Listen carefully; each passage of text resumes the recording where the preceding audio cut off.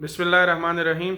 मेरा नाम डॉक्टर हिदायत भंगश है और आप मेरा यूट्यूब चैनल देख रहे हैं। आज बात करते हैं थोड़ा सा जर्मनी के हवाले से। जर्मनी में एक कोर्स होता है जिसको कोर्स भी है और ड्यूअल एक तरह से चीज़ है। आप वहाँ पे पढ़ भी सकते हैं और इसके अलावा आपको जॉब अपॉर्चुनिटी भी मिल जाती है, जिसको ऑसबिल्डिंग कहते हैं। ऑसबिल्डिंग होता क्या है और इसमें क्या कर सकते हैं आप, तो ये मैं आपको बताना चाहता हूँ। पहली बात तो ये है कि जो ऑसबिल्डिंग है वो एक ड्यूअल सिस्टम है। उसमें आप पढ़ेंगे भी, हफ्ते में 2-3 दफ़ा शायद आपकी क्लासेस हो। उसके अलावा आपको पेड इंटर्नशिप होती है। बेसिकली ये वोकेशनल ट्रेनिंग होती है, तो इसमें आपको पढ़ने का भी मौका मिलता है और इसके अलावा आपको जॉब की भी होती है। सैलरी होती है 1000-1200 यूरो। तो आपको जब आप वहाँ पे पढ़ते हैं उसके बाद आपको सर्टिफिकेट भी मिल जाता है और सर्टिफिकेशन के अलावा आपके बाद में आपको जो परमानेंट जॉब होता है उस पर भी हायर करते हैं। तो ये असल में वोकेशनल ट्रेनिंग है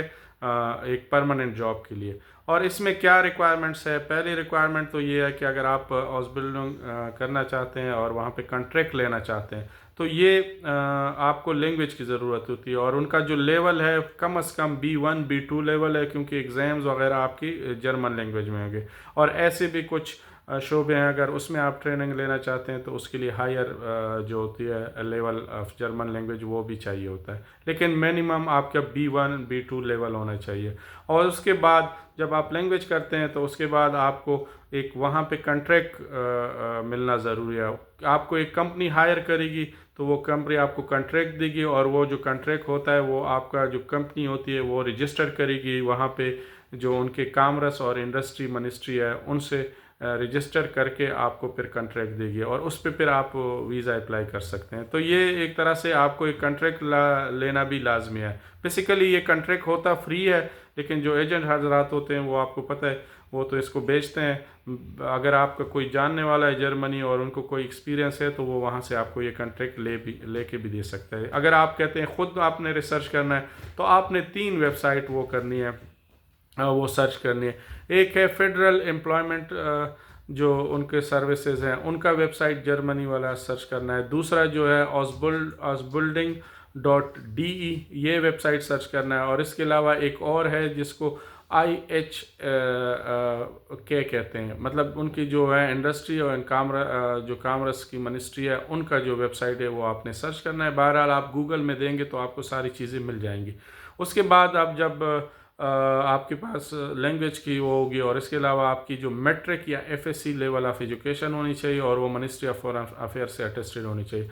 उसके बाद आप क्या करेंगे, एक कवर लेटर बनाएंगे, वो भी जर्मन लैंग्वेज में होनी चाहिए। इसके अलावा आपकी जो CV है वो भी जर्मन लैंग्वेज में होनी चाहिए और जो रेलेवेंट एक्सपीरियंस है उसका भी सर्टिफिकेट होना चाहिए। अगर आप जिस शोबे में भी वहाँ पे आपको कॉन्ट्रैक्ट लेना चाह रहे हैं तो उस शोबे में आपकी वो होगी। उसके बाद आप क्या करेंगे, वहाँ पे कंपनी में अप्लाई करेंगे ऑसबिल्डिंग कॉन्ट्रैक्ट के लिए। अगर वो आपको कॉन्ट्रैक्ट देती हैं तो शायद आपका वो इंटरव्यू भी करे, असेसमेंट भी करे, उसके बाद आपको वो कॉन्ट्रैक्ट इशू कर देगी।